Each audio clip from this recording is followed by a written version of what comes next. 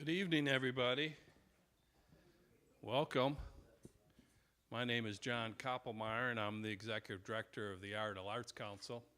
And those of you here tonight, we appreciate you being here. And those of you watching online, appreciate that as well. Got a great lineup tonight. Some new folks who haven't shared before in this room. Some others that have shared several times, but should be a great evening of some great words. So looking forward to it. Want to start though by just thanking some folks. The Iredell Arts Council, everything we do here, our sponsors create the opportunity for us to do that. And we have in our lobby a list of all our sponsors, but we have a group of benefactors who do our primary or our top sponsors, and I want to share them. Home Run Markets, Jordan Grant Engineering, 220 Cafe, Costi and Teresa Coutte, Statesville Convention and Visitors Bureau, and Statesville Jewelry and Loan. So we're very grateful to them. All right, we're going to go ahead and get started right away with, if anybody saw any of our marketing that we did, she was the poster child for that. That was taken one time that she was here. Please welcome Natalie James.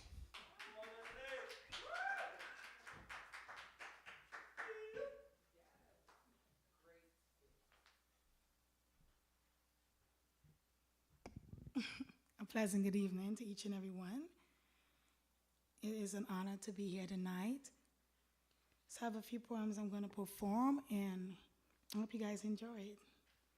The first one is called, I Think He's the One, but He's Taken. Candlelight dinner for two, romantic memories from me to you. I think he's the one, but he's taken. What is a girl to do when the man that she wants have another boo? I knew it would have gotten out of hand.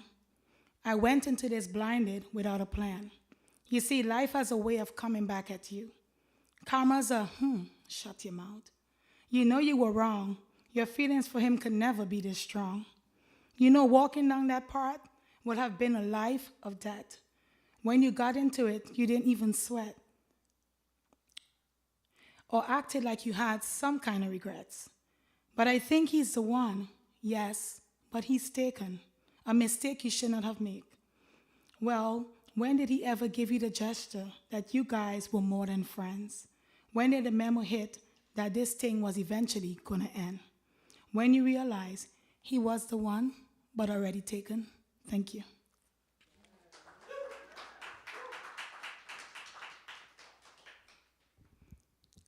Have you ever been in love?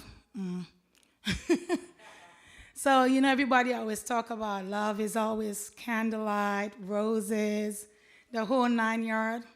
Well, tonight I'm going to give you a real taste of what love could be. Don't hate on love now, Valentine's coming. So these poems are a little based on, I have a business, so people come in and I hear a lot of stories. So this is based off like things that people are going through, and it's not always all candy and roses.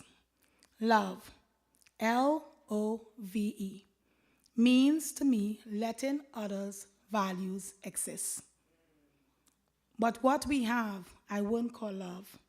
I'll simply call it infatuation. You see, you are a part of God's creation. That's why I played you with your emotions, and when I'm done, I put you back into the Garden of Eden so that you can go deep in the ground to the dust where you came from. The reason why you're still around is that when we met, our chemistry was strong. But in my heart, I knew that you weren't the one belonged to this Nubian queen as royal as myself. I know it wasn't based off your wealth. It was just that my health wasn't at its best, and I needed someone I can lay beside and rest, who will not address my inner and outer ego. And I found it was easy to unleash my pains on you, because at the end of the day, you don't have a clue that you were just another part of my love-hate triangle.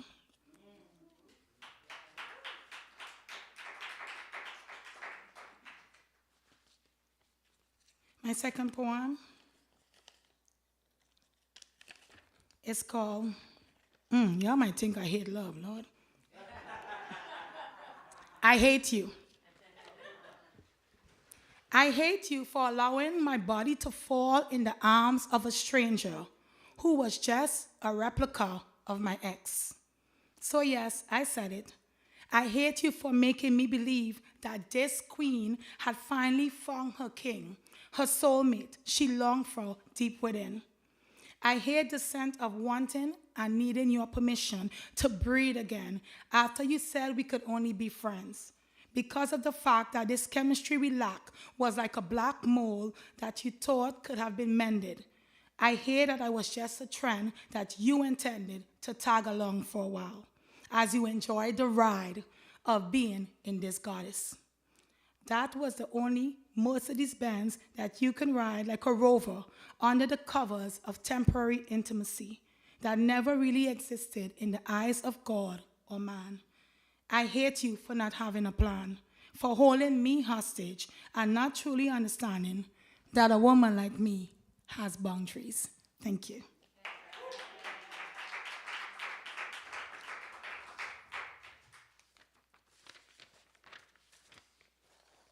My next poem, this one's a little rough, so I might leave it for last. This one is called Have You Ever? Have you ever been so deep in a hole that your blood's running cold and you're telling yourself you're too old for this shit?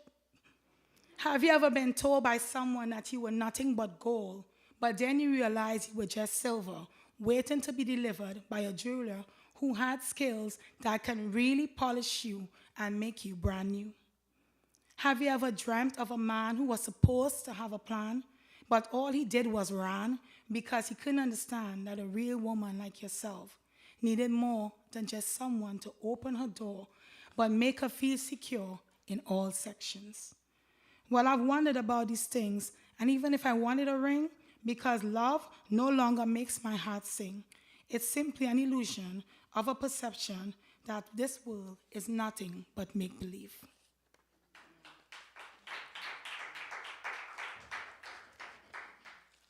And my last poem tonight is called Abusive Love. You see, the thing with love is, as I said, we can sugarcoat it, but some people actually love so hard it hurts. And, we need to speak up if we are in an abusive love. So my quote, love doesn't hurt. So don't be a victim of abusive love. Seek help and walk away in order to live to see another day. What is love? Baby, don't hurt me.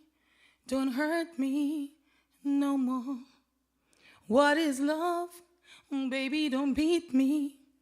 Don't beat me. I'm so. Whap! The sound of the slap was so harsh, it left me in a dazed-like coma. How could someone say they love you and leave bruises on your skin, like a child who fell off their bike on a playground? Daddy, stop. Enough is enough. In his drunken sober, he said, little man, you think you're tough? Put it up. Let me give you a taste of the same blood running down your mama's face. But wait, it's Valentine. Why aren't you bringing her roses and wine?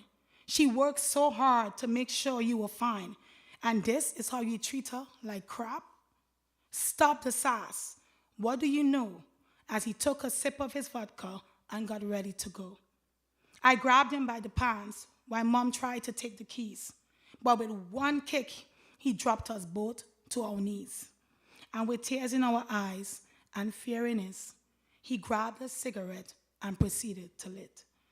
But to our amazement, he collapsed to the floor, smelling all of yesterday's whiskey from the neighbor next door. Then out of nowhere, a shower of rain came. It was God protecting us from our sorrows and shame. His heavens opened up, and the moment he sees, while still on our knees, we started to pray with ease. Mom begged, and I pleaded that things didn't get more bad, as I heard a final moan from my now shaken dad. And with his last breath, he whispered, I love the both of you, and I'm sorry for the hurt and troubles I put you guys through. and with a final kiss on the top of his head, we stared at him as he rolled over, now dead. Thank you.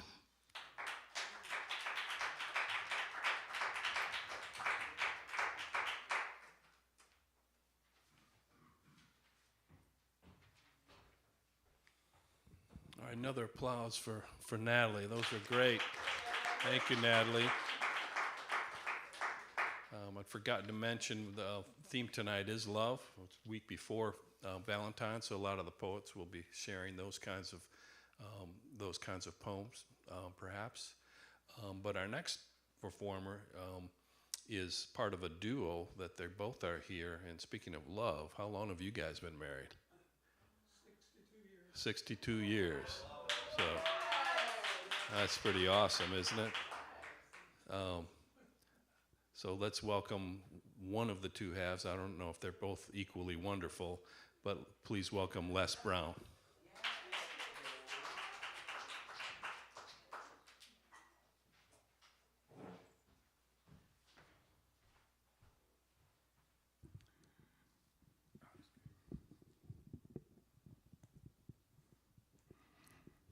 Is that okay?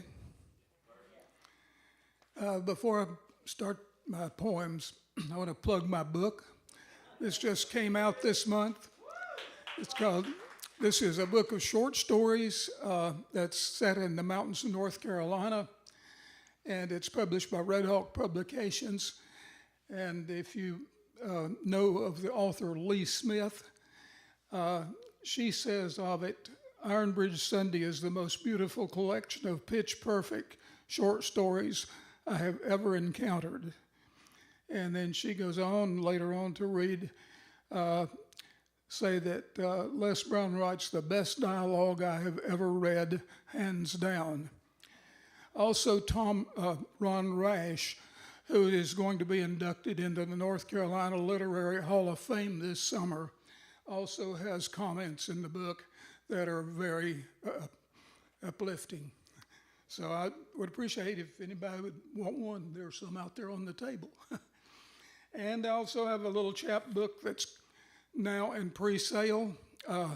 You can get this for, I think it's $7.50 at Red Hawk Publications.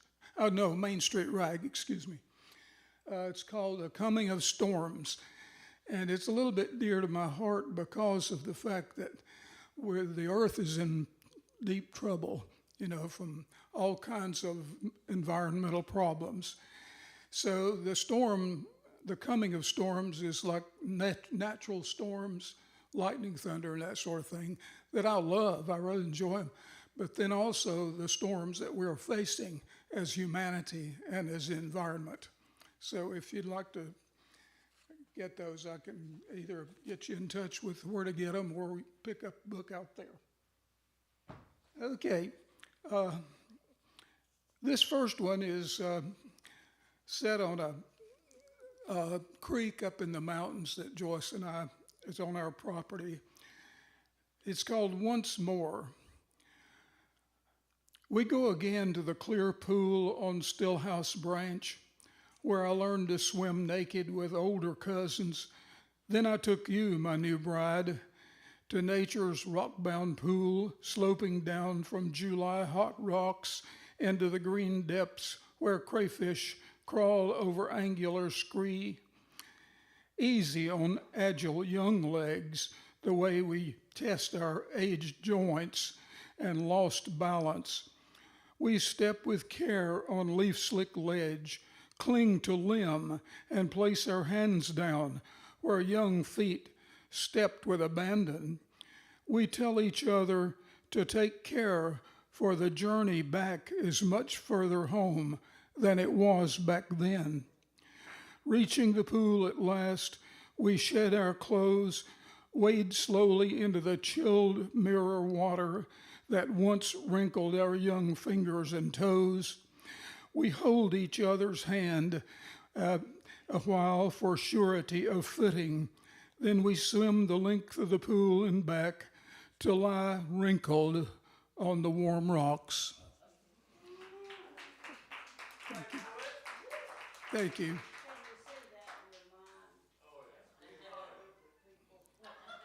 Okay. This one is my attempt at a sonnet, and I wrote it 3 years ago because it's called At 80. Okay.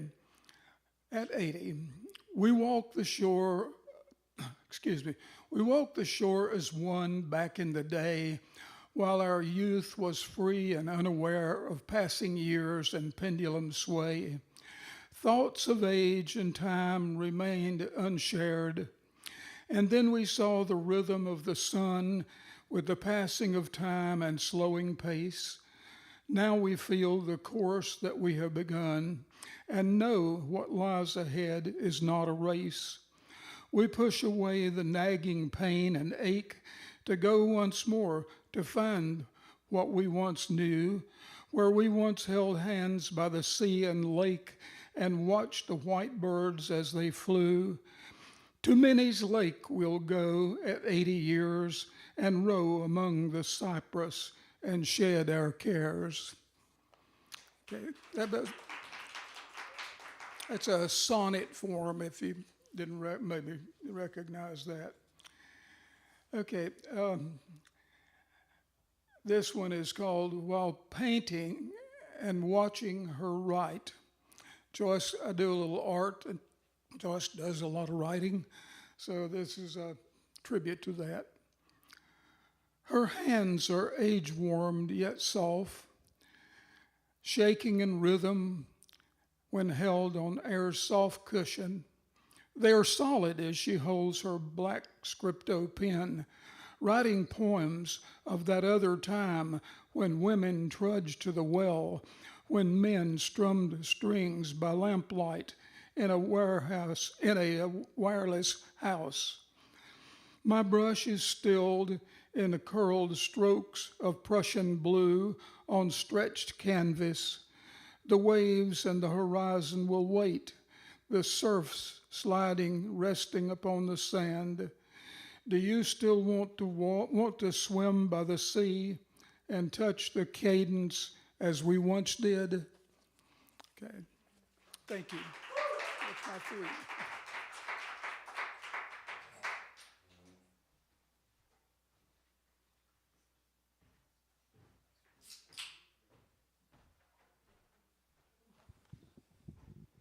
All right, one more round for Les. Thank you, Les. Les gave us a little bit of a risque poem there at the very beginning. That was something. That was nice. Well, I'm not really a poet, but I did write something one time, and I'm going to share it today because it's something for my wife, how much I appreciate her and love her, so I'm going to share this. And it's called Sochi. To a dyslexic boy, her name was a problem. Practicing enunciation was a tongue twister that kept me connected to the awkwardness I felt in trying to become her suitor. It looked exotic and sounded beautiful. It fit her perfectly. She carries her external beauty with an ease that is envious. It was this beauty that drove me to perfect pronunciation. But as our hearts started to commit and connect, it was the beauty of her soul that bonded me to her for eternity. She's fought hard to heal wounds that life experiences put on a body and a consciousness. She's used those scars created from those wounds, now healed, to create a beauty of their own. This has freed her to explore deeper, finding beauty deep within. She soaks up anything and everything to explore.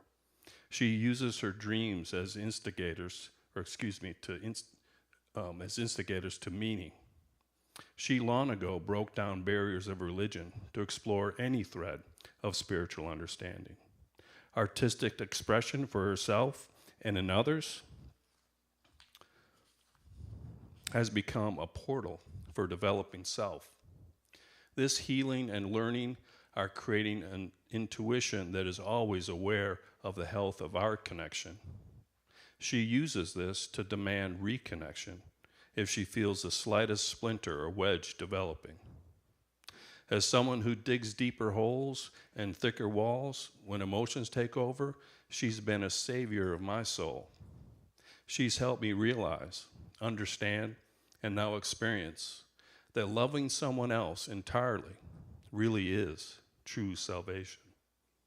Xochitl, Xochitl, means flower in a long-forgotten Aztec language. Watching her blossom into a beautiful, complete, perfect Xochitl has deepened my love for her. Sometimes in life, not always, we are blessed with love that transforms us. Loving my beautiful Xochitl has changed me for eternity. All right, thank you. All right, so next we have is someone who's performing here for the first time. We're super excited to have her here, so please join us in welcoming Lady V Poetry.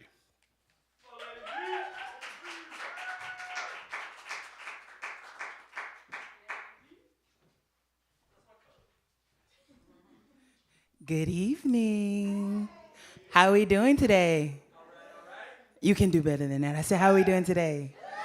Excellent, excellent. Like our wonderful host said, my name is Lady V Poetry. This is my first time here, and I'm so happy to be here with you all. Tonight's topic is about love. Me and love have kind of a wonky relationship. So I'm going to do 3 poems. We're going to go on a little journey. I do have books out front. If you want a book, you can holler at me later. We can get this thing popping. But if you're ready to take a trip on love's roller coaster with me, let me hear you say yeah. Yeah.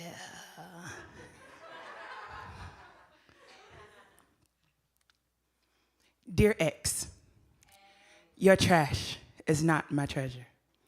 You are the master of disguise, portraying your rind peelings as starfruit to satisfy my every yearn. Your coal will never make me diamonds. For coal to become diamond, it must endure extreme pressure. But see, you fold at the mere sight of a little work. Cut glass has more value than you. The representation you gave had me thinking that your costume drawer was one of a kind, when in reality, you come as plentiful as the oak tree. See, that Mr. Original attitude has your Walmart shelf life in an identity crisis. Let me break it down. Sir, you are the duplication of a duplicated clone of a rainbow outfit. And you get mad at me because I say that you are easily replaced, thinking that you are my Mr. Right, my soulmate.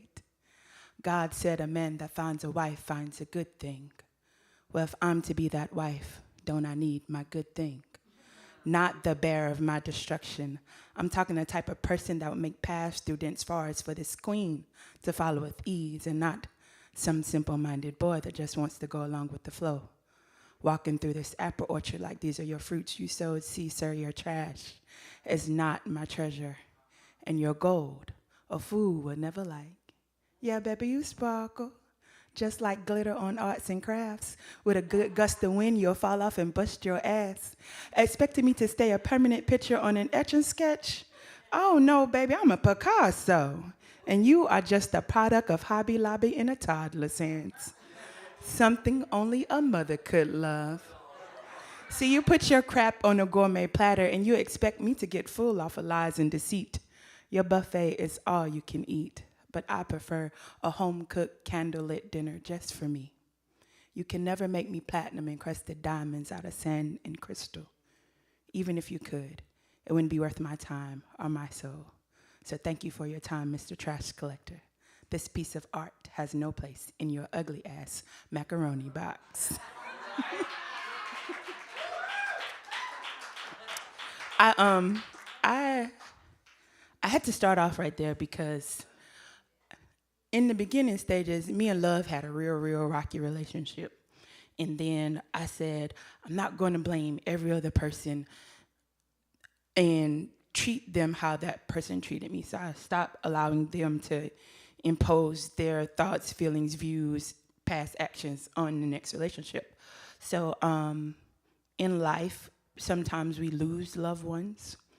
When I decided to open up myself again to love, I also experienced what true loss was. And I'm going to read that poem today. I cried today, like really cried. I sat alone and stared at your picture. Each tear had a reason. You are loved. Each whimper, a regret of words unspoken. I cried today, like really cried. I sat lost in your smile, captured in photographs, hiding pain in corners and cracks. If only happy creases would have broken the silence, y'all. I cried today, like really cried. I sat concealed behind office walls, overcome with emotion, with each new picture like our status posts, my eyes swelling, wondering if I told you that you are loved and valued enough while you're on earth. Now you're in a better place and your better days are dawning. I cried today, like really cried. I sat closed from the world, praying that time machines actually existed, hoping I could tell you that you are loved and you are not gone. Just one more time. I cried today, like really cried.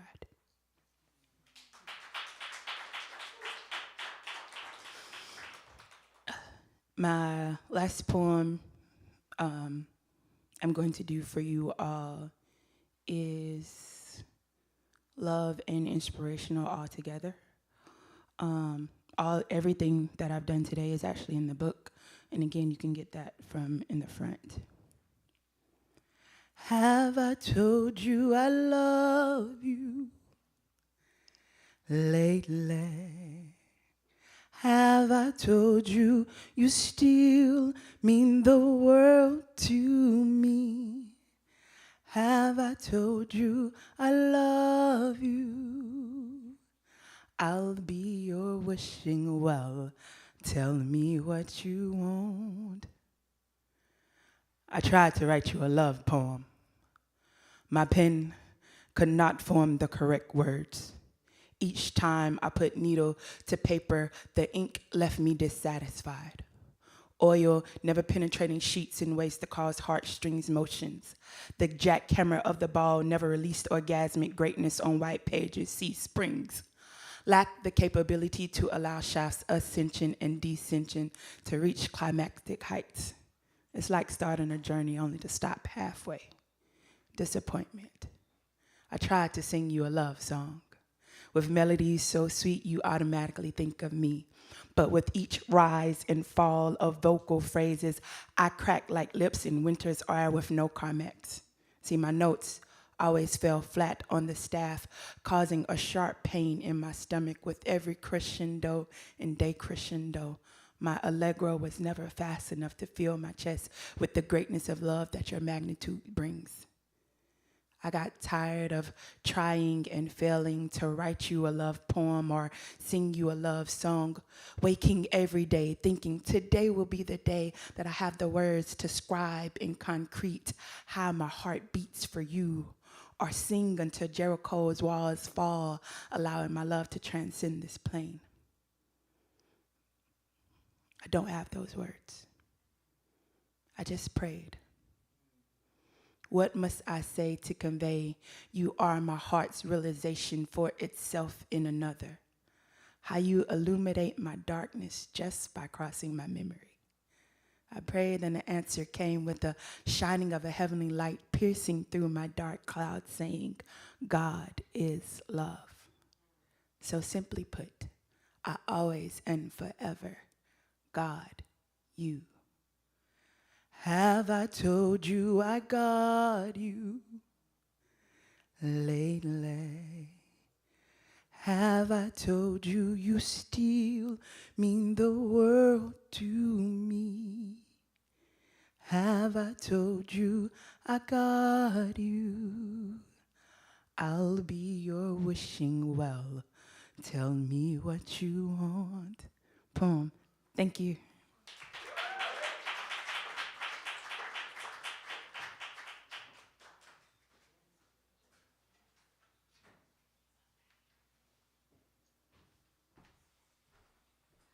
more time for Lady V Poetry. That was great. That was great. Really enjoyed that very much. All right, so our next performer is the other half of those more than half a decade couple that we've got here tonight.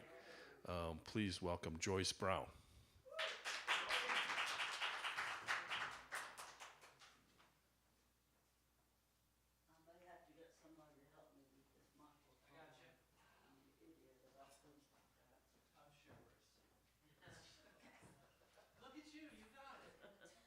Well, this is the question.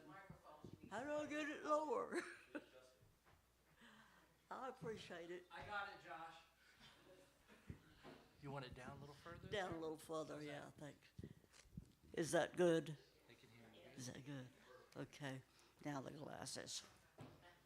Now I'm fully equipped to. Okay. Well, I was told that the theme was love, and there's romantic love, like we've been hearing tonight, and I think that's the love we mostly think of, especially in February. But as an old English teacher, I had to dig through and think of some of the great poets who wrote about love, and of course, I couldn't help but think of old Shakespeare. Of course, yeah. And so here's a poem that's about love, but I think it's about love that goes beyond just a good hot night, you know. So here it goes.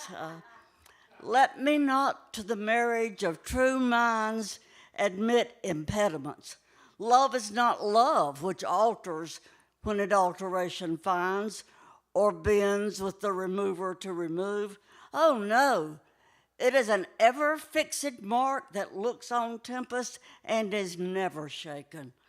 It is a star to every wandering bark whose worth's unknown, although his height be taken. Love's not time's fool, though rosy lips and cheeks within his bending sickle's compass come. Love alters not with his brief hours and weeks, but bears it out even to the edge of doom. If this be error and upon me proved, I never writ nor no man ever loved. The little sexist there, so it just mentions the man, but I have to give him credit. And there are kinds of love that you see in your mother, your father, or sometimes you don't see that till you're gone, they're gone, and you realize maybe they didn't always say the words of love, but you could tell by the little things they did. This is a poem about my mother and love. My mother died when I was 14, so I was never grown up enough to thank her. Thank your mama and thank your grandmother, anybody else who loved you. This is called Running to Warm. She got up, stoked the stove to wood glow hot, black cook stove from the old place she'd lost to death. Middle room stove where we sat in straight back chairs and green rocker, while the old battery powered radio gave us Renfro Valley and Lone Ranger, the thrill of Hi-Yo Silver. She climbed out alone into the chill and added coal to the glowing ash when the walls creaked with cold, while knots in the beadboard shifted in the early morning light. So when she called, I could run resurrected from heavy layered quilts brought from the old place, made by generations of mothers. Quilts from austerity's scraps, lumpy, thick and heavy, warm, musty, clean and hard to leave. And I ran flanneled and barefoot to my warm dress, socks, high-top shoes, quick stripped naked and skinny to pull on the soft white undershirt, the corduroy pants permitted on coldest days, and covered myself in her layers of warmth by the stove. She rolled up my socks while I sat in the chair.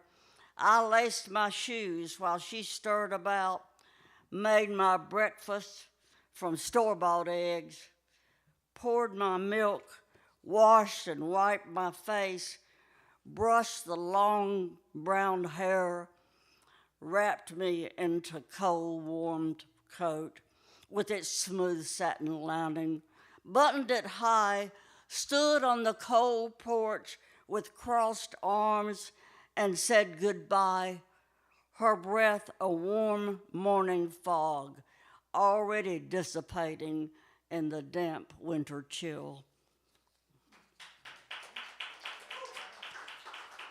I know that's sort of a downer, but I'm sorry. I'm afraid I've done that a lot. Things you lose, you treasure, and you feel like writing about. So I'm going to finish up with a poem. I like what John said in his tribute to his beautiful wife about God and spirit in whatever form fits you, whatever it takes for you to see your own form of the great power. I'm a nature lover. As you can imagine, you know that Les is too. And you look around and you see the spirit in nature. Gerard Manley Hopkins was a poet who loved God, but he always got a little pissed off at God because he wanted to be like a serving person, but he couldn't find his niche. He couldn't find a place. So he didn't have the gift to communicate very well with people, but he could write about nature. And this is a poem when he was in a really good mood about God, his idea of God. We all are allowed our own. God's grandeur. The world is charged with the grandeur of God. It will flame out like shining from shook foil. It gathers to a greatness like the ooze of oil crushed. Why do men then now not wreck his rod? Generations have trod, and all is seared with trade, bleared, smeared with toil, and wears man's smudge and shares man's smell. The soil is bare now, nor can foot feel being shod. I'll interrupt just, I was talking with my new friend about how so many trees are just being bulldozed down in Troutman and Statesville and everywhere these days. We're wiping out our woods. And I think Hopkins was seeing that too. And for all this, nature is never spent. There lives the dearest, freshest, deep down things.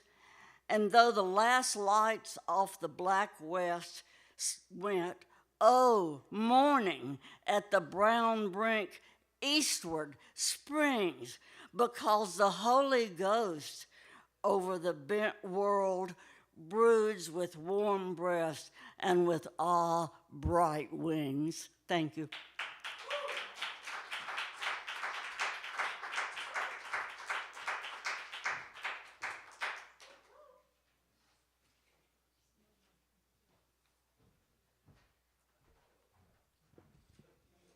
All right, one more time to thank Joyce. Thank you, Joyce. All right, our next performer is somebody that I saw on Instagram and saw some of his stuff that he's done. Really looking forward to have him on stage here performing. So please welcome Graylin Sidekick Counts.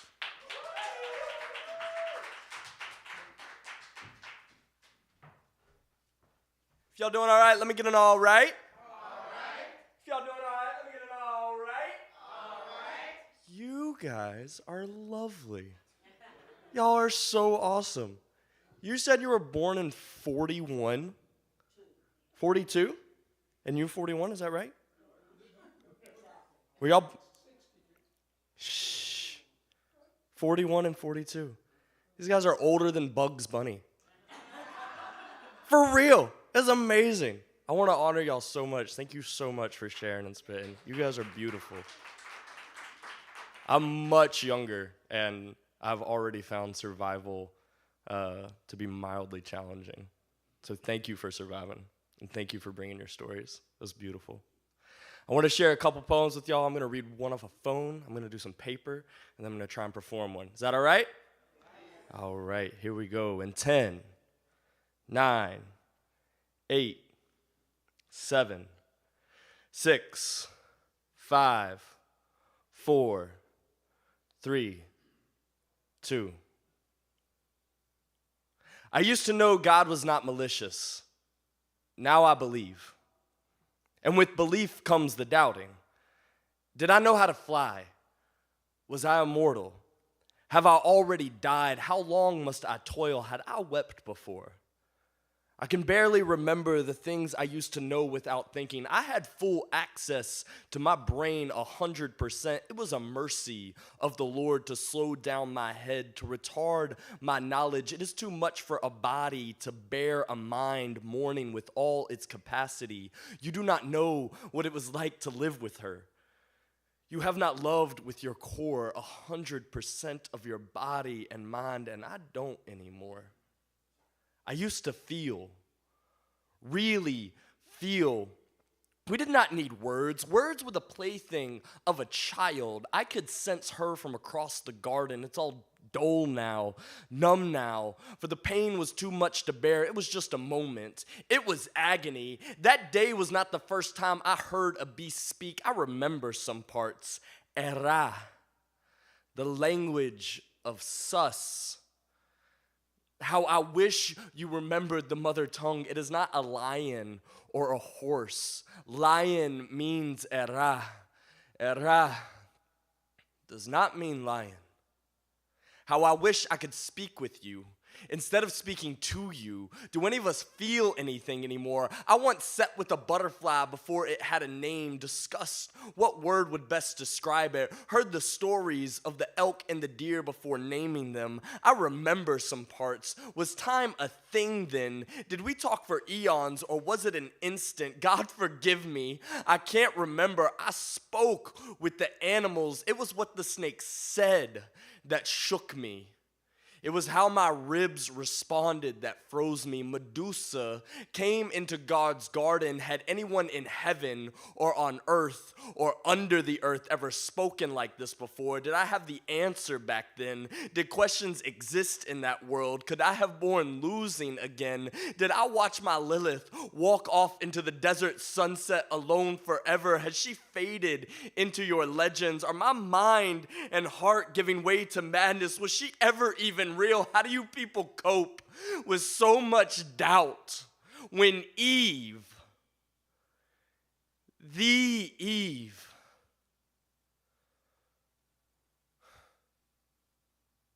when my Eve offered me that fruit, it did not look ripe. It looked like death. Like children who would only know of the seeds of love, a wide world of blind men surviving on a drop when we were made to swim. It looked like heartache. I was there when the first heart became lonely, felt despair. I'm sorry. God, I'm sorry. I knew what I was doing. I thought I was more prepared to lose a God than my rib. I kept my flesh. I did not lose a God. I lost the God. I know he still has me. That we are all in his hands. I just can't feel him. She and I are so lonely together. How y'all doing? You still all right? Yeah. All right. Dude, I come from a culture of poets that make noise when we're spitting. So if you hear something you like, you can say, all right. If you hear something you don't like, you can go, ugh. There you go. Yeah. Feel free to make some noise. This is a broadside my wife made. So she took one of my poems and she put a picture here and formatted it to make it look pretty. And so I'm going to read that for y'all. And one lucky person will get a chance to buy it. She made 5 broadsides. So you've got a chance. This is called Tattered Tanks. A man is a tattered tank. An outdated machine kept around to break his glass heart in an emergency. Useless in times of peace. Testosterone is a strong casket.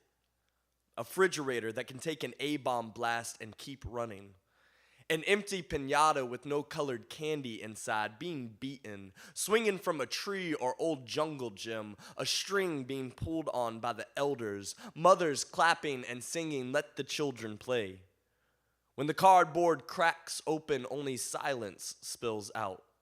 In the gut of every man, you will find the candy wrappers twisted up, covering all the unspoken times of his life, and a child praying that no one will unravel the no sweetness to be found in him. The little boy in the gut of every man hopes to help the cardboard shell-shocked adult take his sweetness to the grave. When a son reaches down the throat of his father and fingertips his treasure, how should I respond? Every man I know can take a bat to the brain, a stick to the matchstick ribcage round his heart, the jerking up and down by the demands of this world and still smile. But who can take a gut shot and not have the wind knocked out of them? How can a man let you unwrap what he can't remember was covered? There was a game to win, and it did hurt. Just not nearly as much as it would have hurt to admit it. I did not want to let my teammates down, so I learned to grit and bear it, because a jawbreaker don't really hurt, and nerds need to learn to man up when peeps are playing like chicks. Pixies need to stick to the plan, or Pop rocks you when you get home, where suckers get licks, and kids snicker and jeer at the jelly-bellied boy. Nut up, buttercup, you play like a girl. If it's turning my insides and busting my battleship, rusting my resolve, starting to crack these cardboard walls, what is it going to do to my son? If you see me silently hanging out at my boy's birthday party, looking like I'm waiting to get beaten, I am, I promise. I will only let the last few sweet pieces of me fall out into him. I'm quiet and alone, but I'm not lonely. I'm fine. I'm just watching my son wrap up his sweetheart. Thank you.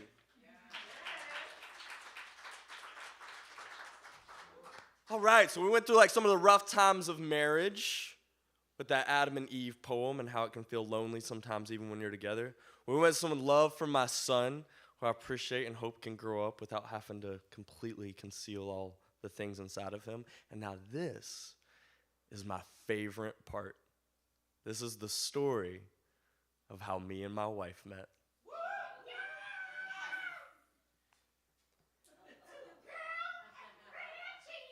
Say it again. To the girl at Omar's Cheese Shop. Y'all, I ain't fallen in love with a girl this hard, this fast for something this small since like last week. So I tell her I just want the cheese while tongue-in-cheek. Because I'm telling you, this girl had the Gouda and the Ardell. I'm telling you, this girl had that Manny Bouche and that Pepper Jack. I'm talking about this girl had American, Baby Swiss, Colby, Yorkshire Blues, Amar cheese, red cheese, blue cheese, salted cheese, and queso. I'm talking about this girl had enough cheese to give it to you 365. That's one piece of cheese a day for an entire year. This girl had enough cheese to take you from A to Z and all the way back. This girl had enough cheese to make this poet lyrically constipated.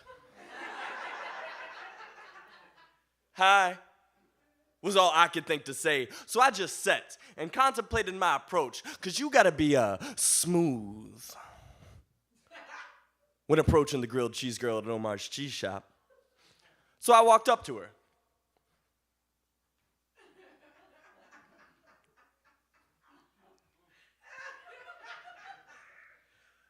was a long walk.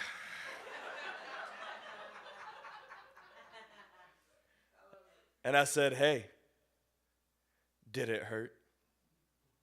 When you lost your wings and fell from heaven? And her response was something I was not expecting. She said, boy, you got a library card? Because I'm trying to check you out. So I responded very quickly before fear had a chance to enter in, or doubt, and I said, girl, I ain't a photographer, but I could picture us together. She said, boy, I'm gonna need a Band-Aid because I done scraped my knee while falling for you. I said, girl, have you got a map? Because I just done got lost in your eyes. She said, boy, you can call me Cinderella because this dress is gonna be off by midnight. I said, darling, you know that I put the stud in Bible study, right, baby? She said, your body is made up of 65% water and I'm thirsty.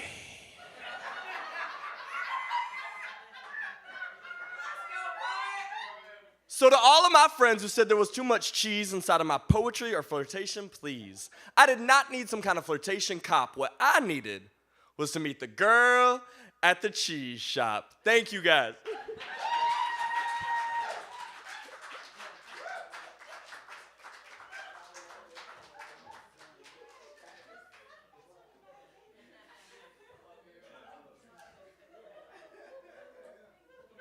Man, that was a good time, wasn't it? Sidekick's got a bunch of cheese, I believe. Yeah. Another round for Sidekick. That was great. All right, next up is someone who's made for this evening because her name is lovely. So, welcome.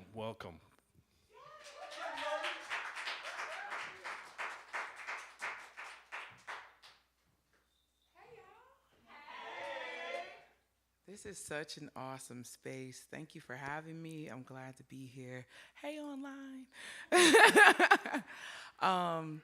Man, this was good. So, love has been quite the journey in my life, hence my name.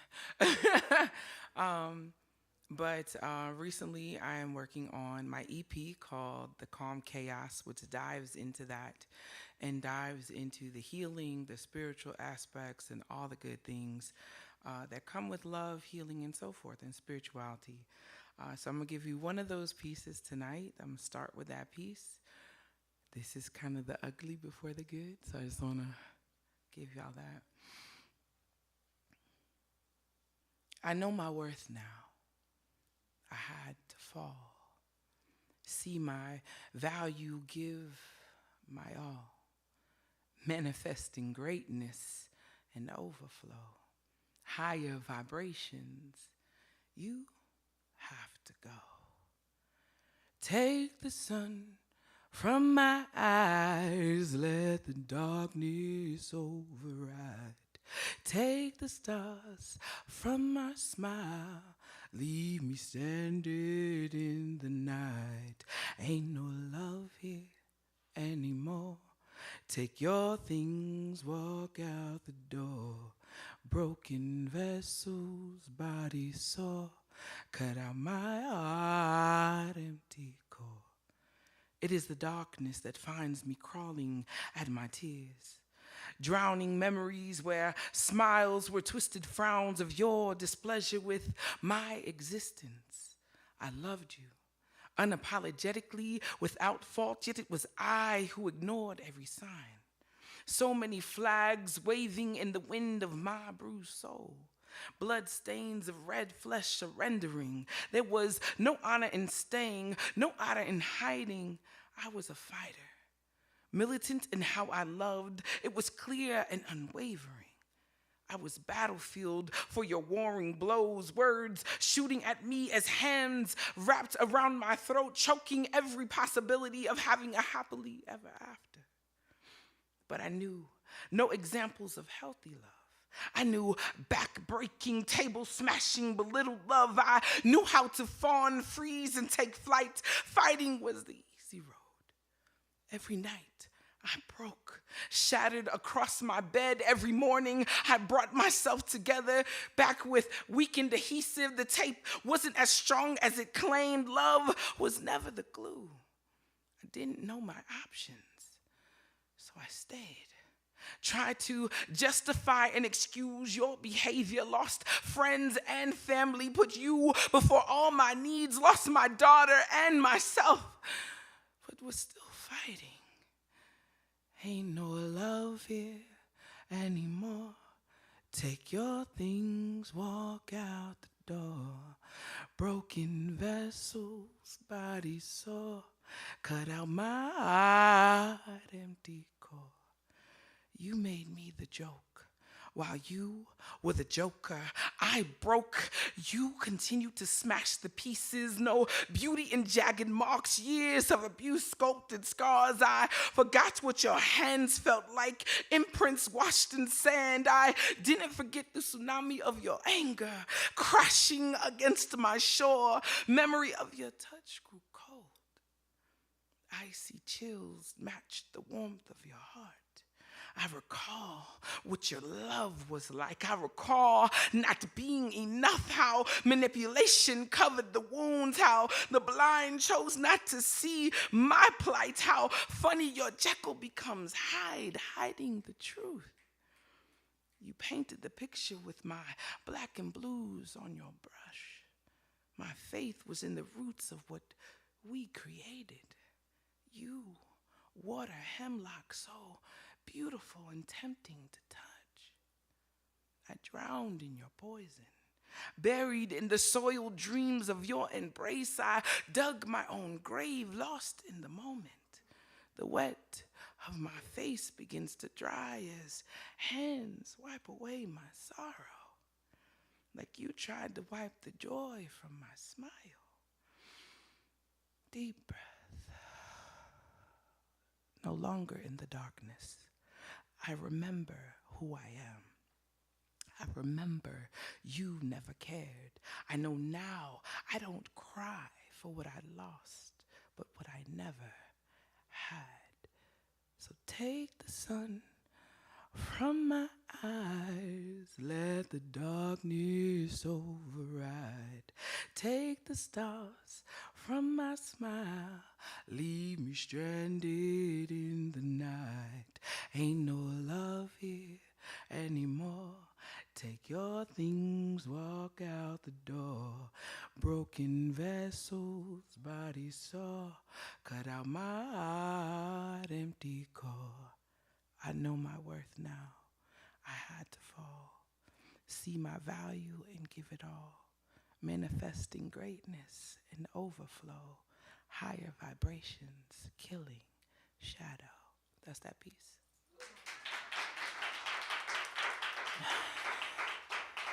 I encourage you to check me out on lovely.com. It's LUVLEEH.com.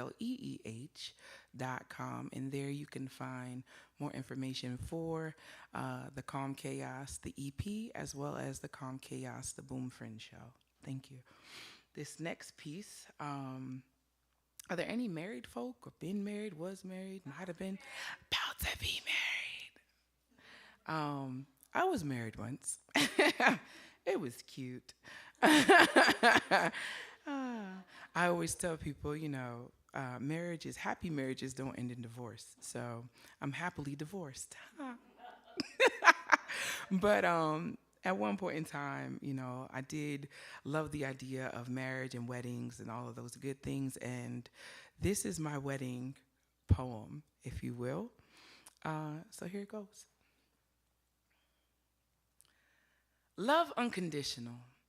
Two hearts that begin to flow. No truth lies in letting go. Like butterflies beginning to soar freely.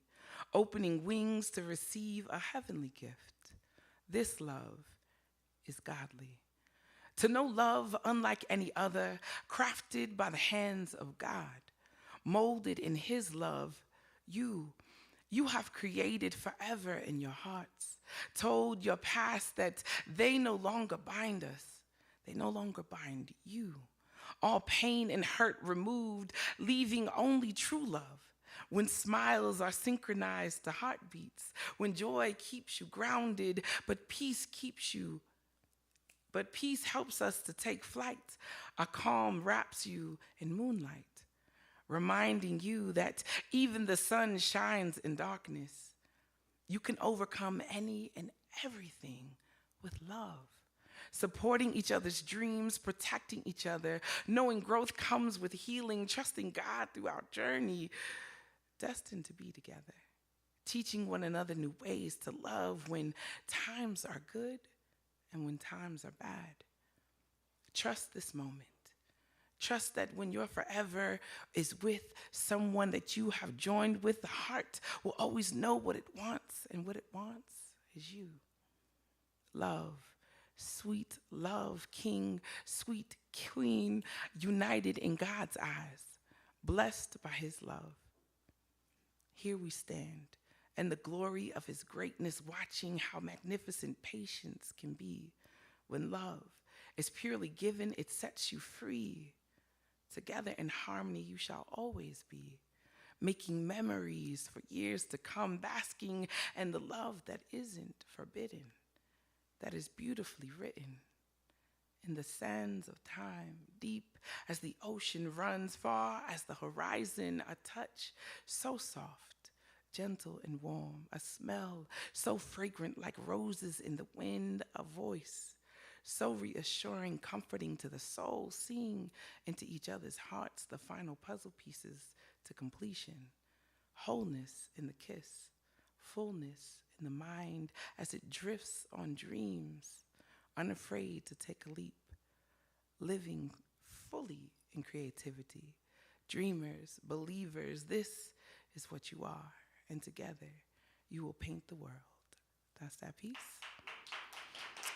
So I have one more piece. Thank you. That was literally like, if I could tell the person I love how I really feel, this is what I'd say. And I wrote this. And then over time, as I started growing and learning that love, you can't give love without first loving self. Shout out to my friend who told me that one day. But it's true. And if you don't love yourself, if you can't say these type of words to yourself, all the things you've heard tonight, good and bad, because sometimes you have to have the ugly talk with yourself, and that's okay. But love yourself first, and in spite of all things. And I also want to dedicate this piece to my daughter, Akari, my angel baby. If you see me jingling, that is why I'm jingling. There's a lot of unicorn mermaid stuff going on up here, and that's my dedication to her. That's what she is, my magic. So this is for her. She would have been 5 yesterday. Loving you, yes, I love you. Don't care what nobody say, I need you. Together, indelibly, I'll be true to our love. 'Cause we are connected, to you I'm dedicated. Baby, baby, oh baby. Love surpasses the BS. It knows your secrets, believes in your goals, it trusts you. It is pure and ugly because nothing is perfect. Love, sweet angelic being, love, soulmate birth for my happy love. You are worth the struggle.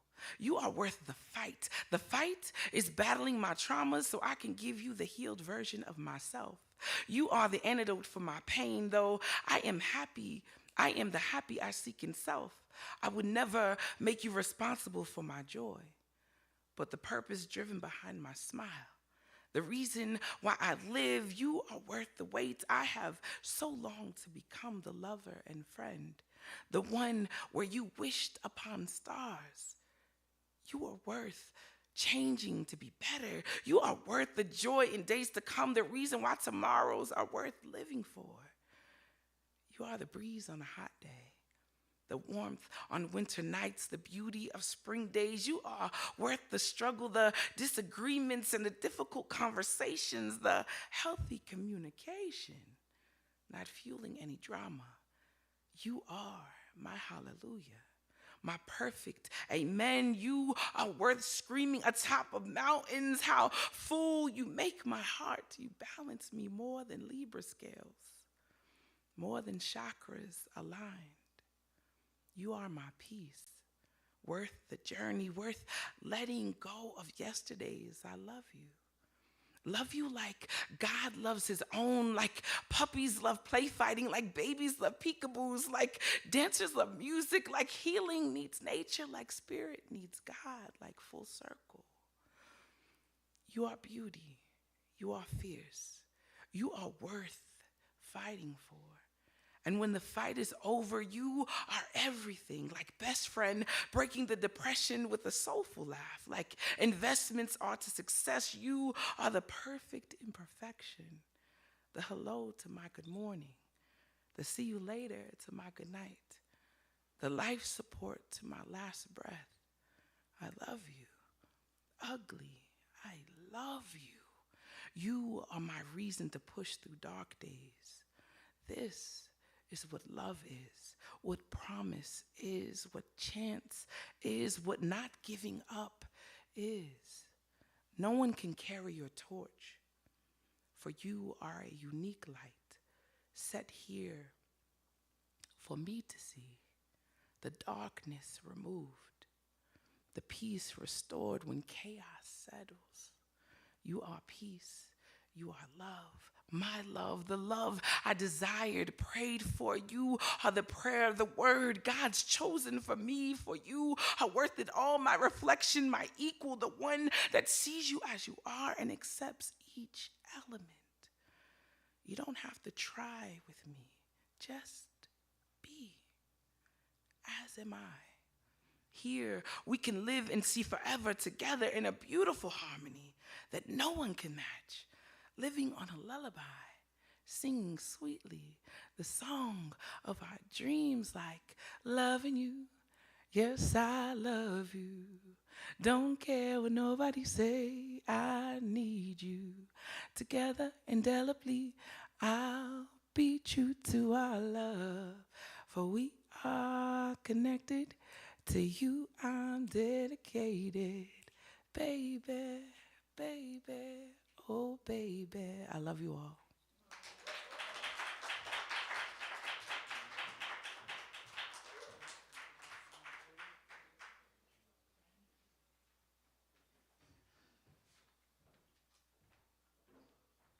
One more time for Lovely. Yes. Thank you. Thank you. All right, next up is somebody who's been here several times, and it's been a while since she's been here, but we're super excited to have her back and hear what she has to share with us. So, Elaine Hill.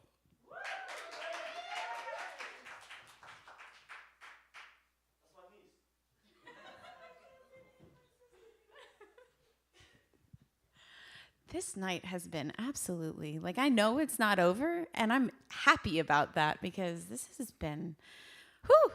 Okay, like, I'm sitting here taking notes. I'm like, ooh, that image. Like, there's so many things that I'm just going to take away from here, both melodies and laughter and images and, like, already, right? And we're not even done. So thank you for sharing this space with me. I am going to read everything off of my phone.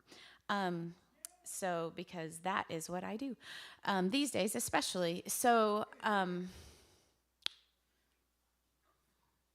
the funny thing is, the last time I might have been here might have been last Valentine's, and I vividly remember reading this is what happens when love just goes completely wrong.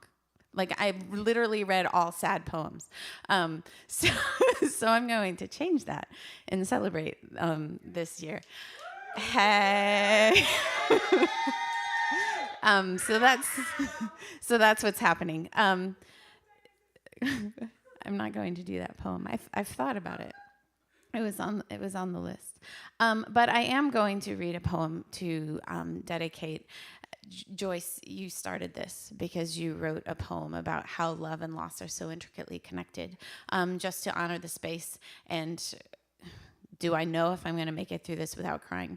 I don't. So I'm going to read a poem. So I lost my mom a month ago. So she had to have heart surgery, and we went through the whole process of looking at the prognosis for and all of these things for open heart surgery, and she didn't make it through. I mean, she did, but she didn't make it out of recovery. So this one is called Recovery. We knew it would be long, drawn out, intricate stepping through dark places, stocking broth and herbs, and holding vigil with our attention on the future. We knew it would be a pock-marked path to heal, with necessary supports and rivers of tears, holding space for the weaker systems and celebrating breaths from the depths, determined and slow. We didn't know it would be our hearts that underwent the surgery, splayed open around her bedside as she slipped in stealth to the next realm. Bated oxygen, and as our chests feel the suffocation, we didn't know it would be canyons and solchi in our chests. No purple vacuum seal to cover what's missing now, planting each dim step an explorer in territory unaided. Unlike the info movie pre-surgery, we didn't know that it was we, gathered by her crowned head, who would break and require a rally to pull through, traversing paths unknown, the way forward shrouded with love and loss like a haunting.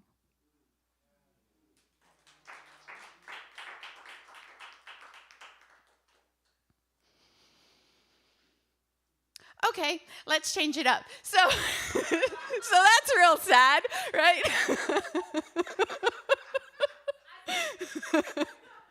So this is the beautiful thing I found about life in general, and maybe love is a big part of that, is that you can either laugh or cry, and it's most of the time one or the other, or punch stuff. Like, those are like your three options.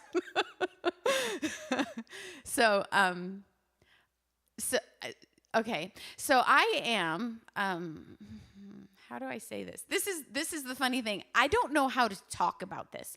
I am in a relationship and it's healthy. Yes, you can celebrate. This is a big thing. So the only poem I've written is about the fact that I don't have any words for this. So I'm going to read this. And it is called In Order to Not Say Boyfriend.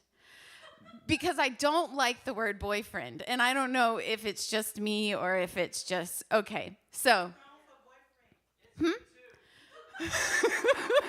See? So this is a thing. He is the one who makes me laugh. The one whose hand I hold. Get used to seeing him around. I plan for us to grow old together. We make a pair.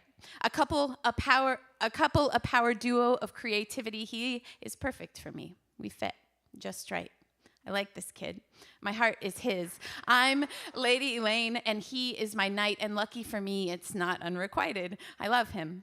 The morning light filters over him, and I call it home.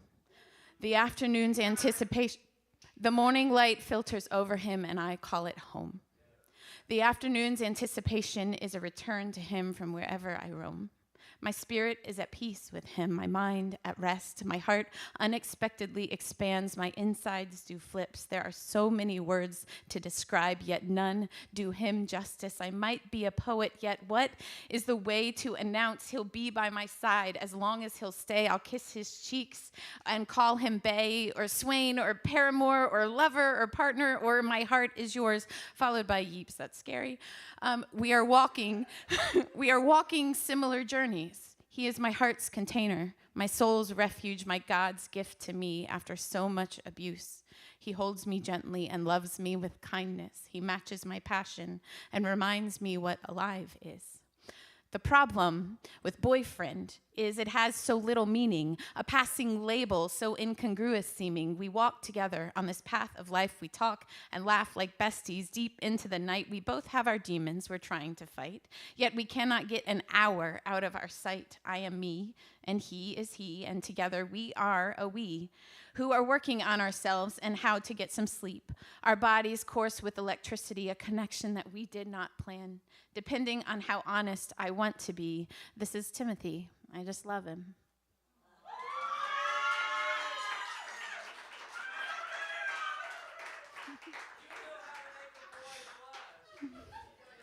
You know.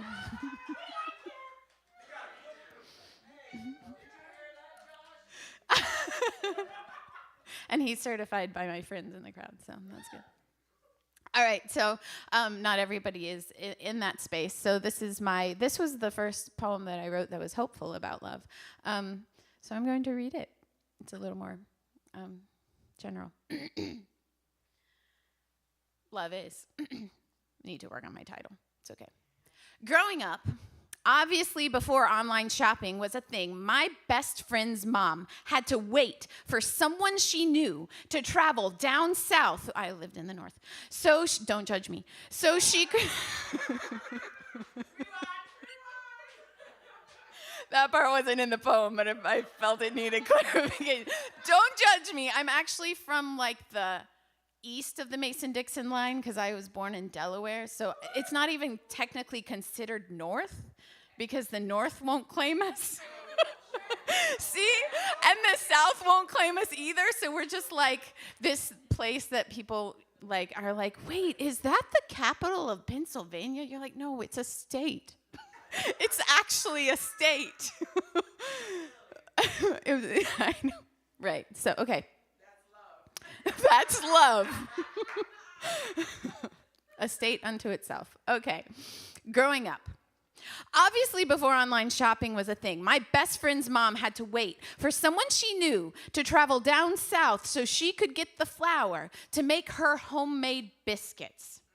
When she had replenished her stock, it would be Sunday after church heaven with the light, airy morsels that melt in your mouth, each bite a reminder that good things are worth waiting a 12-hour drive for. That is love, the wanting, the creating out of patience and only white lily flower fresh from the south in a northern Pennsylvania city.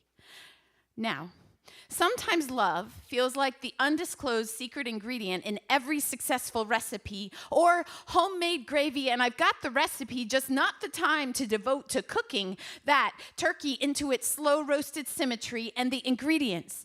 Each ingredient takes diligence in finding, in farmer's market fresh purchasing to give it that ample zing, yet half the time I've slept through the entire market before getting my hands dirty. Why does it feel like I'm missing love for sleep or working? Or see, darn it if love is not like chitlins. I just don't know what those are or how to cook or eat them.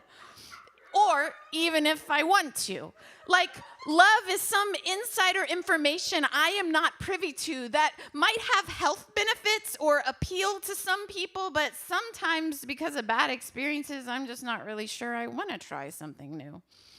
But maybe love is like the frying pan. Raw food goes into sizzle and comes out as nourishment, laced in bacon grease. Or love is bread when it's rising. It takes time because if you rush it, it sinks. But when you let it stay warm gently, give it the time it needs, let the slow-growing yeast do its thing, maybe that's what love is. The call from a lonely room to the warmth of your best friend's skin. The together preparation, the dancing in the kitchen, and yes, it's work to blend the roux, keep it hot, stirring until it turns the color of chocolate in the pot, add the broth, garlic and onions, veggies, meat to boil, then a simmer, offer attention to the chopping, the prepping, stirring, the slow meld of flavors emerging slowly. Maybe love is the flowers, chocolate and roses. Because love is a table set decadently, and we all get to show up hungrily. And when we arrive, we find the table set with fine china and a feast, unbreakable under dancing feet. When the music moves us to our shoes after we eat, it's not just the nutrition, scrumptious and rich, and the care of minds, souls, bodies, but the company we keep and laughter, the kindness and connection unconditionally and sometimes unexpectedly. In the words of Bette Midler, I say love is the feast. And we all, no matter how we feel our own inadequacy, are invited to the meal. Thanks, guys.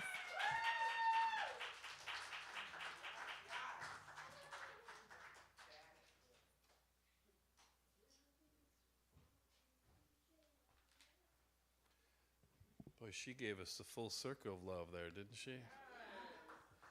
Love brings us grief, being connected to somebody, and sharing that, fulfillment of that love, the whole embodiment of life was wonderful. Thank you. Another hand for Elaine.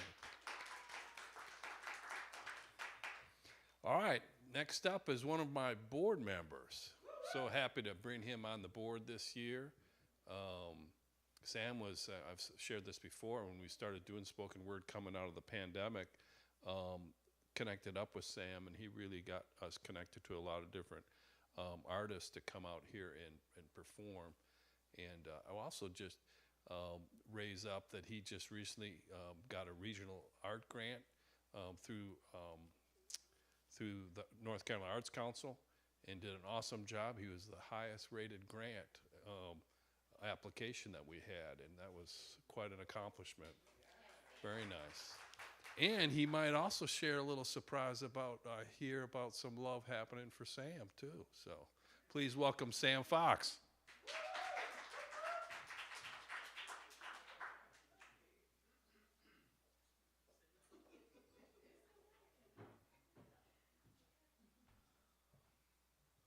Every time. I'm just the same as height challenges as y'all, so don't feel bad. And by the way, I'm dressed this way for work, but also for love. Okay, so for love of y'all, okay, all right? I kept my fancy pants on tonight. All right. So I'm gonna read some written poems, and then I'm gonna give you all a choice of whether you want me to do a spoken word piece or read one of my favorite love poems. So I'm gonna read some poems, and they're all these first three are all written about a special someone. If you can't tell, I've got a ring on my hand, so she has one on hers too. So reciprocity is great, right? We love to reciprocate. Yeah. This poem, I don't have a title for yet, so still working on it. I feel like it's almost there, so I'm going to share it with you. And it's just untitled right now. Remember when the fortune teller told us we were destined for something but couldn't tell us what that something was? I caught you once, yearning for me the same way a rook will stare into the horizon for the twinkle of something glimmering. My little kleptomaniac, you've only ever stolen my heart once. You've never given it back. My little knob of four-leaf clovers, you were the luck I never thought I would need when the world started to darken.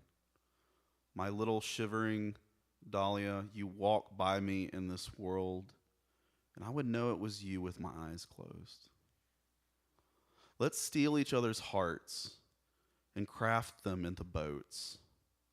We can lie in them and hold hands across their bows, feeling the world go by while we coast toward the darkening shore. Wherever we make landfall, that is where we plant the new world.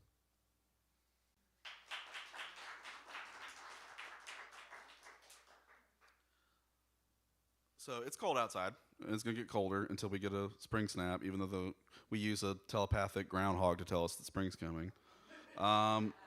So this is a little more of a sultry poem called Suddenly Midwinter. Suddenly midwinter comes and we decide we are done being horny and cold. So we accept the cold and strip ourselves down to flesh. The flash of your collarbone, like a transformer blown behind my eyes, the small of your back, pale and white as the light sifting just outside our window. Soon the same window becomes fogged as we make our own wanton heat and bodies glow and blush Our mad dash toward heaven between our bodies leaves us breathless, sweating and laughing. Goosebumps down our spines, on the inside of our thighs, but unabashedly warm in our own skin, despite the icicle's voice, tisk tisk with each new droplet. The snowman blind and turned away, the cat yawning in boredom up the stairs next to the heater.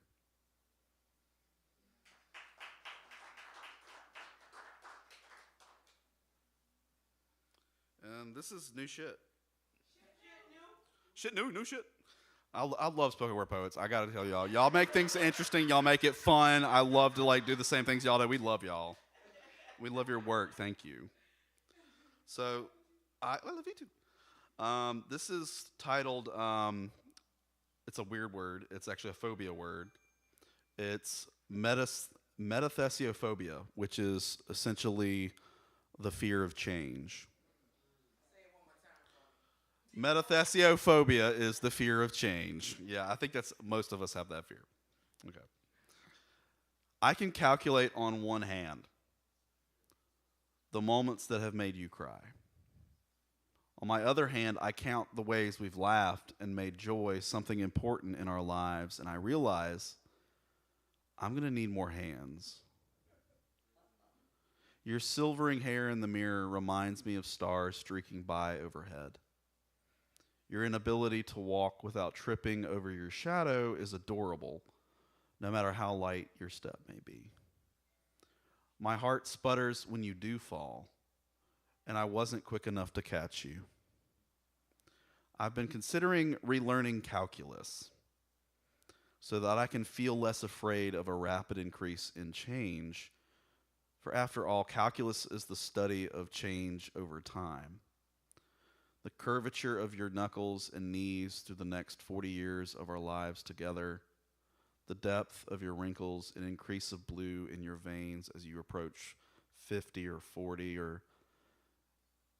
and the intensity of my adoration for you, growing and growing nearly limitless. I can chart it for you. See this. This is my affection. Watch as it amplifies everything I do for you until my heart rate slows, and even then, I carry you beyond.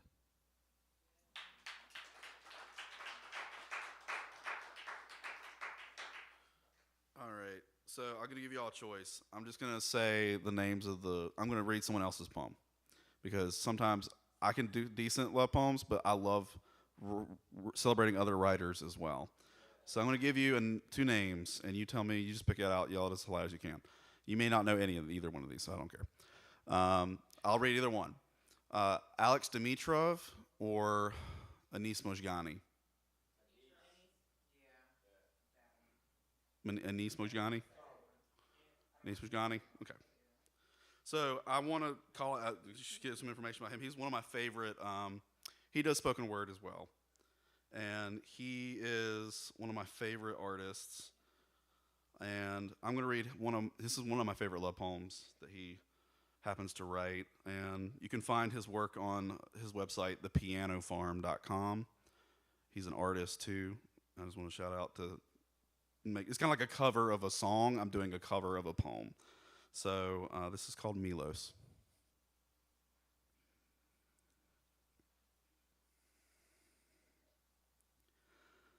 Let us take a sack of spray paint and spray paint over the paintings. Let us dance through Paris, kiss in the shadow of the Louvre, scrawl manifestos over the canvases, write Morse code over the sculptures, roll out a sleeping bag on its floor to sleep inside of, tell one another a story by flashlight, bury each other inside of the other, and unearth everything from before. Feed grapes to the ants, light fireworks in the fists of sleeping kings. Kill a monarch.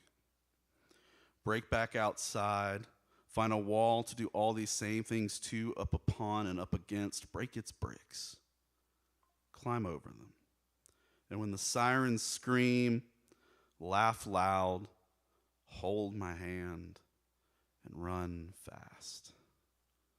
Run through these streets with me with a bunch of bottles, a bucket of gasoline, a bucket of rags, and a mouthful of matches, and a pocket full of paintings, a city of walls, and a fresh-faced batch of policemen to chase the fires we are lighting with a laugh and a shoulder of gold, and a thought that the museums are cemeteries that the dead pay the walls to hold what they have so we can walk through what we once were, while the children take their skulls and turn them into gardens to pluck for far fathers and farther stars that on some nights resemble an armless mother, praying for her arms to return, and on other nights look like cold rocks staring over us.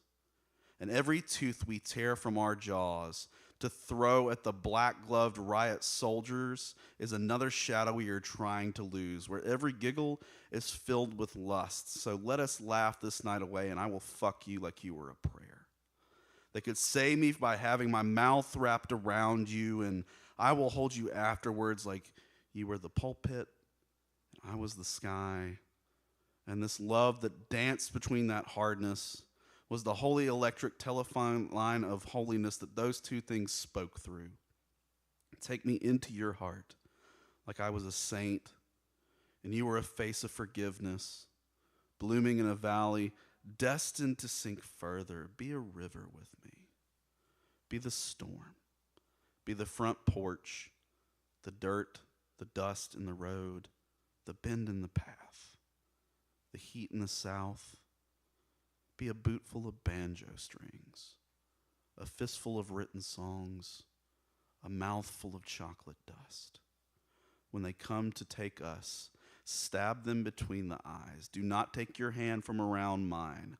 Make a fist with the other and punch spines like guilt. Spit, swear, kiss them like a grandmother. Howl open-mouthed, terror love-filled. And when they come to cut our hair and ask to hear penance come from inside of us, say this with me loud and trembling, but loud and clear: I have already emptied myself.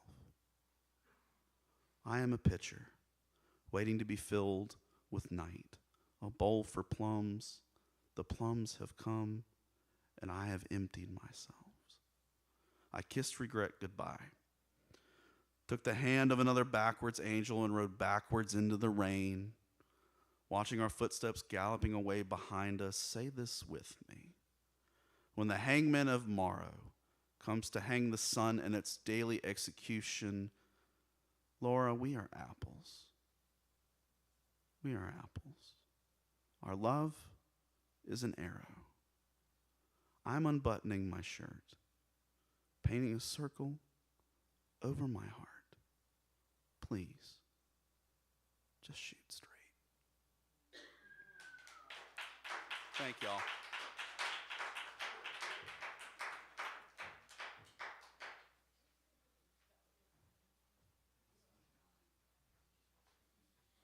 All right, one more time for Sam. Thank you, Sam. All right, our last performer is also a board member for the Arts Council that we brought her on a couple years ago. And gosh, I don't remember how we got connected, whether it was with your visual art first or your poetry, but she's been coming for a while and performing, and she's great. Just love her to death. So please welcome Shani Wasson.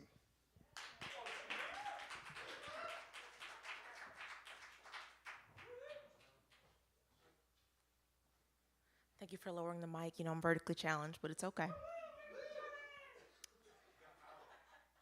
All right.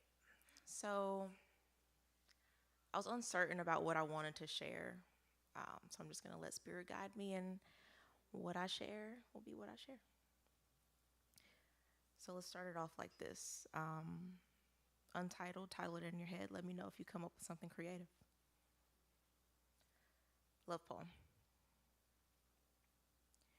You look at me as if I am translucent, a hollowed out ghost of woman you used to know, confident and ethereal, a love you once felt, now smoldered with shame.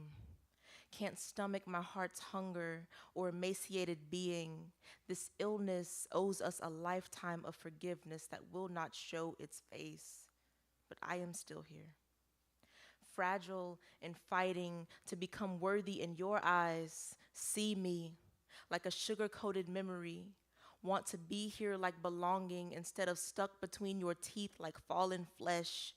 You treat me like a cavity, rotting in your mouth, tainting everything I do not touch. But see me like a garden of flowers you forgot to water, but will tend to until they rise with straightened spines. I am not the moonlight you once sheltered beneath. I am the sun's rays begging to reflect your favorite color. But your see-through eyes collect the darkness until I am a black hole of retention.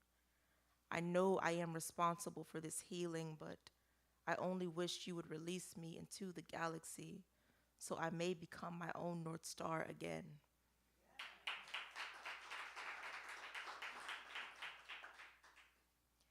And again, that's not planned, but I feel like I wanted to share that because sometimes it's just easy to lose yourself in love. Any type of love with family, friends, romance, it's just easy to get tied up in other people. So I wanted to start there, and we'll work our way out of it into healthy self-love. I also believe that love is connection to other people, including our ancestors. So I'm going to share a piece about that.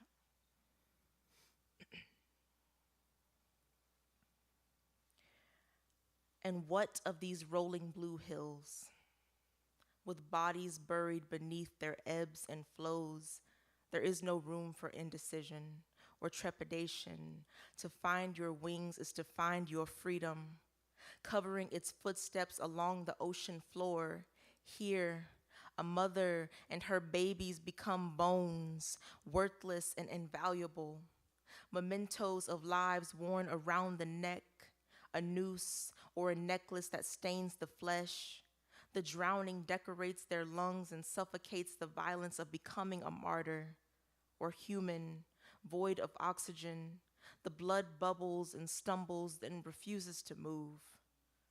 The heart tucks away the sadness into a pocket of protection, trickles specks of blue to tie the cascades into a new hue of discovery.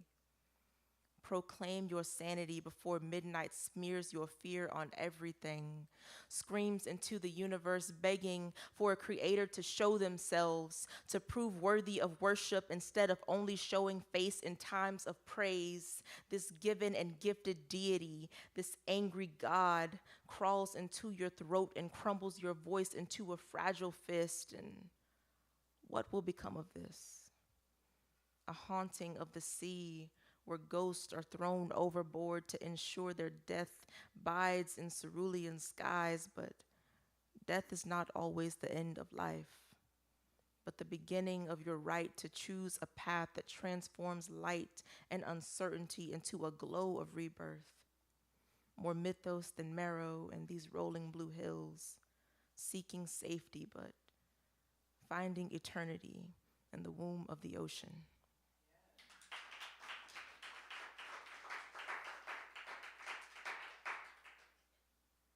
And if you couldn't tell, that was about slave trade and slaves choosing to jump overboard or be thrown overboard rather than meeting their fate in the Americas. And as a continuation of that, I want to share this piece of self-love.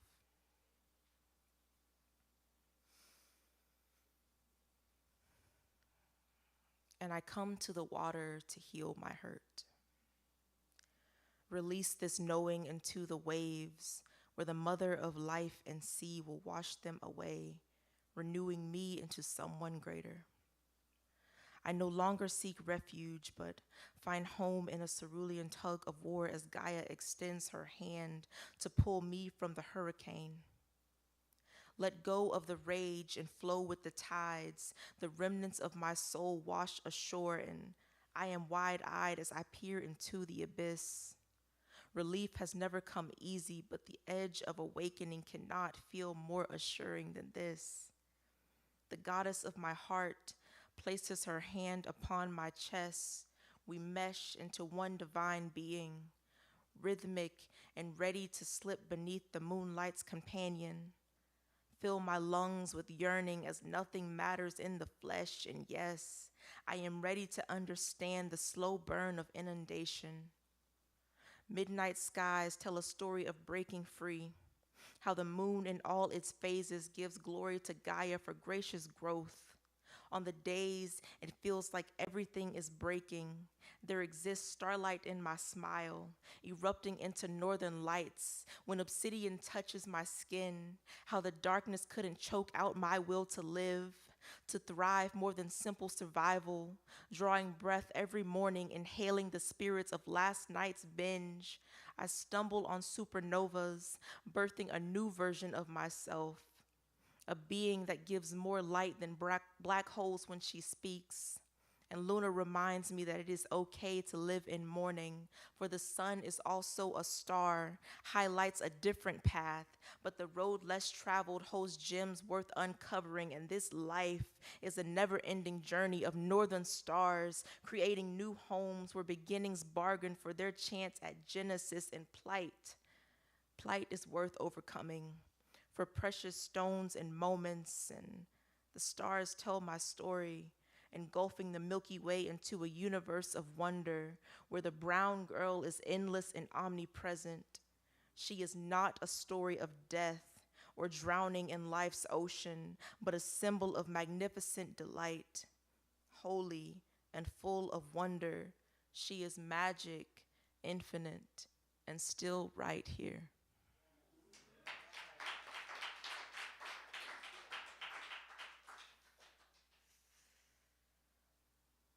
That one takes a little bit out of me, excuse me.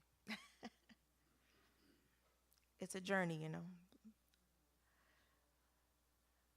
All right, I want to lighten up just a little bit. This is also untitled love poem, so share your ideas with me.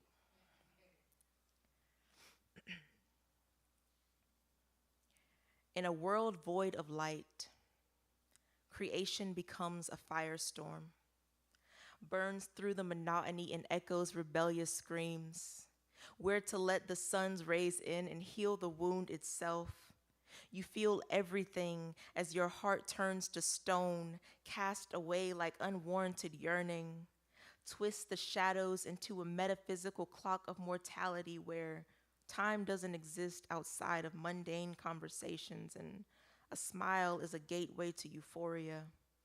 These words evade my tongue when they run past the water rapids, falls from my lips, and I paint the picture vividly, wearing the label of an artist, crafting an array of emotions between extended metaphors of growth and burning gardens. Bushes in the brush, shrubs shield the cherubs as they pass me their supernova wings, and I am wrapped tightly in ether, angelic and full of a blue life force. But when the lights dim and temporary torment turns to tragedy, I become a walking panegyric, praise to the dead parts of us we cast among the living, full of memory and hope, a gaze that pierces the heart into a new beginning. And what will we call this genesis of birthing art on our knees? A veneration of self, reaching into the darkest parts of us as a reminder that all hurt is not ours to claim. We sit bare and raw, unafraid of not being able to recover. Tears become escape artists in this one-woman circus, so you reach into the void, gather a handful of light in your palm, covered my name in daffodils until I began to feel the possibility of change.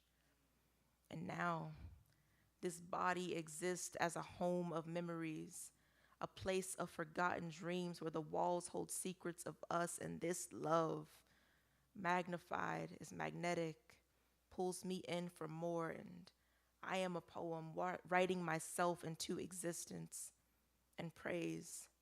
I am learning to swim without martyring myself into a symbol of drowning.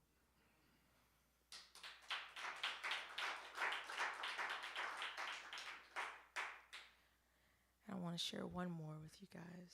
If that's all right. If you're still with me. You sound like you're losing. Am I losing you? Okay. Okay. All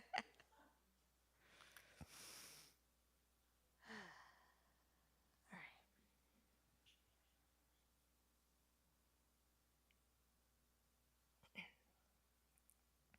Can you imagine this is untitled? Just start naming them. 1, 2, 3. Yep. That's the thing. I dedicate this to the woman that is teaching me to love. And I will walk through the fire with you, unafraid of the moment we become rubble. Ash of the arguments turned into angst, spewing venomous vitriol until the heart opens to swallow the sun. The day everything is no more than a memory or nostalgia, reimagining the starvation, wanting to be desired for what exists beyond bubbling skin. The slow burn etches scars that reopen their own wounds. To taste your yearning and remember a craving I know how to feed. How hunger can turn a soul into a meal. This disease labeled as love smells like rotting flesh. We tread water as our surroundings turn scarlet. Slipping under blanketed waves, our metallic lungs lose their pulse. What a way to hold tragedy and call it sacrificial. The shells of us washed ashore, erasing the mandala of footprints. 6 steps beneath the soil, the maggots make us meal. As our skeletons dance, the spirits admire unknown stories of our mortality. How delightful to adorn a dying thing this way. We lament the dead parts of us and prepare to bask in the solace. Thank you.